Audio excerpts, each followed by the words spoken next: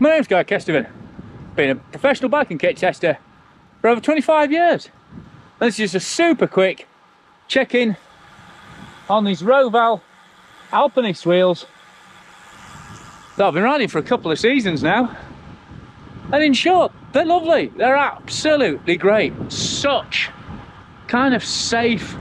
No, God, that's massively underselling them. Really lively. I mean, they're really light. I mean, they're not the lightest because they've got that DT Swiss. Now let me change gear. DT Swiss 350 hub in there. But the rims are super light. They're relatively shallow, so you don't get any gusting issues. Handling is absolutely, it's just really nice and neutral. But while that 350 hub is a little slow to engage, once they're connected, such a light and agile wheel. I mean, this Kinesis is a nice agile bike anyway, but with these wheels in, totally comes alive. And for days like this, where just going out, putting the hills in up the dale, they really are a super ego boosting wheel set. And while they are a little heavier and a little slow to engage, those DT Swiss 350 hubs, just so reliable, so easy to work with. These wheels have switched between Shimano and SRAM bikes. It's just a case of getting the relevant free up, just pulling it off and popping the next one on, and this is a reasonable gradient. No problem at all, just chatting away on these wheels. Yeah, so, and considering the build, handmade, top quality rims, DT Swiss hubs, and you can go lighter if you're prepared to gamble with someone just getting a wheel out of China and flogging them out the garage, or going direct. There are some good direct wheel brands now, but for that backup and security you get from a shop, then these Rovals have been absolutely spot on. The fancy version even won a world champs for Revco.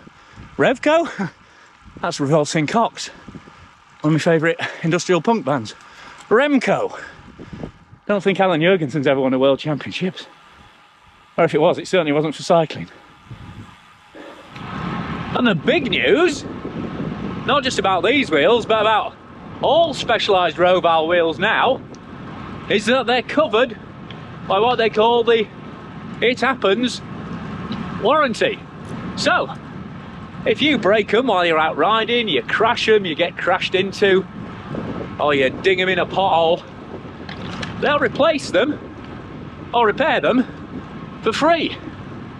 And that cover actually extends at a reduced price cost for a couple of years after that initial, for up to 5 years as well.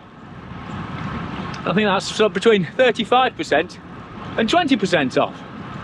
They won't replace them if you melt them with an exhaust pipe or you have it on the roof as you drive into a car park, but if you've dinged them while riding, then Specialised have got you back, as long as you register the wheels when you buy them.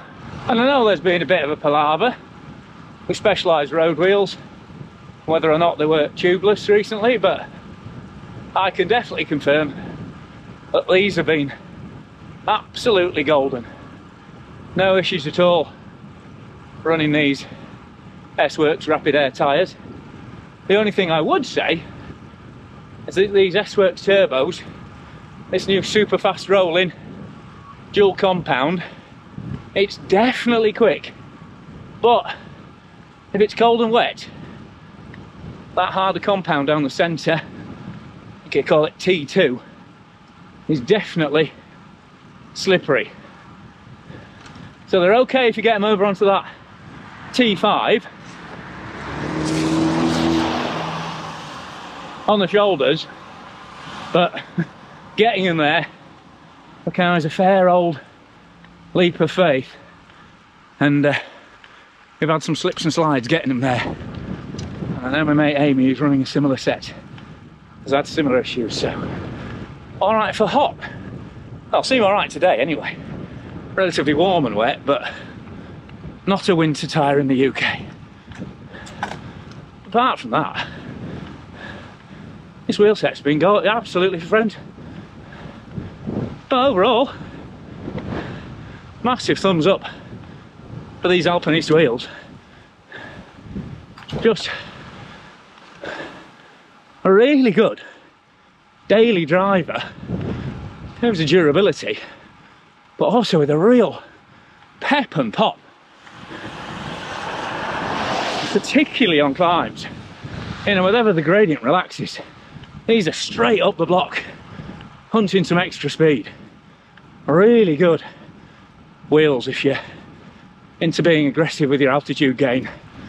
That's where they really shine, but certainly not going to punish you on windy days or even leave you hanging out the back when everyone else is on aero. So still pretty quick in a straight line. Oh, and comfort, I should probably talk about that. They're not super wide. They're definitely firmer than something like a Firecrest, which has that super floaty kind of boat-shaped rim, an extra wide profile, but definitely not harsh or painful like a full-on deep section race wheel, or just some of the kind of, well, firmer built wheel sets I've ridden.